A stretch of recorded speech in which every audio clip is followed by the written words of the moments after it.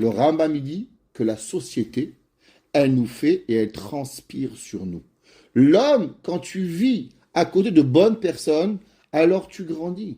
La réalité, il y avait un jour, madame, vous savez, la Rav Eliashiv, il avait une fille qui était mariée avec le Rav Yitzhak Zilberstein. Il s'appelait Rabbin Abigail, elle est décédée. Malheureusement, elle habitait en Suisse, après elle est arrivée en Eretz Israël. Elle est dans la ville de Cholon.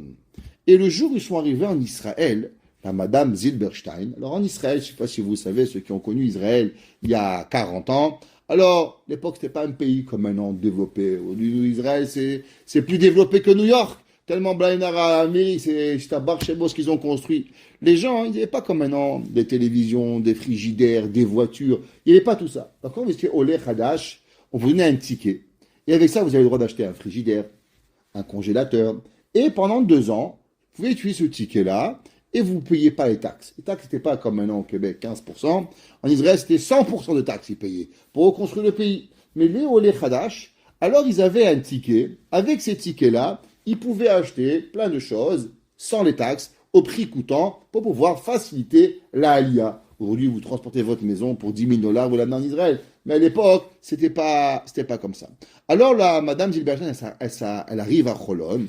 Et quand elle arrive à Cholon, il y a une femme qui vient le voir, une voisine, qui n'était pas religieuse, et qui lui dit, bonjour madame, oui, vous êtes qui? Ah, madame Zilberstein, la femme du Rav, enchantée. J'ai une petite question pour vous. Vous êtes les Khadash? Oui. Vous êtes religieuse? Oui, Baruch Hashem.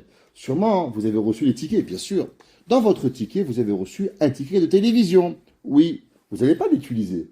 Ça vous dérange que je vous l'achète? C'était pas très légal. Alors elle dit, laissez-moi, je vais réfléchir. Elle rentre à la maison et elle commence à pleurer. Son mari il rentre et il voit madame Zilberstein en train de pleurer sa femme. Il dit, chérie, pourquoi tu pleures? Elle dit, voilà, la voisine, elle est venue me voir. Elle m'a demandé de faire du troc illégal, de lui vendre mon ticket d'une télévision que j'ai le droit, et bien sûr, avec quelques sous, lui donner à elle. Elle dit, alors pourquoi tu pleures? Il dit, regarde, je te pose juste une question. Si mon père, le Rav Eliashiv, il avait été venu à Cholon, est-ce que tu penses que quelqu'un lui aurait demandé de frauder? Elle dit non, sûrement pas. Elle dit alors pourquoi moi il me demande de frauder? Il dit parce que sûrement que sur mon front, il n'est pas écrit honnête. Sur mon visage, quelque part, il manque d'honnêteté. Si mon visage y transpirait l'honnêteté, on n'aurait jamais osé venir me demander de magouiller. Si on me demande de magouiller, c'est parce que je transpire pas l'honnêteté. Alors je pleure pas parce qu'elle m'a demandé, mais je pleure qu'en vérité, elle est seulement le miroir de qui je suis. Parce que moi, je transpire pas l'honnêteté. Quand on vient nous demander quelque chose de malhonnête, elle a dit Mrs. Zilberstein, c'est parce que toi, au fond de toi, tu es malhonnête. Et quand toi, tu es malhonnête, alors tu transpires la malhonnêteté. Mais si toi, tu es honnête, alors automatiquement, regardez chacun de nous. Des fois, on va demander quelque chose à quelqu'un. On dit, non, non, lui, sûrement pas on lui demander. Pourquoi? On connaît tellement la personne.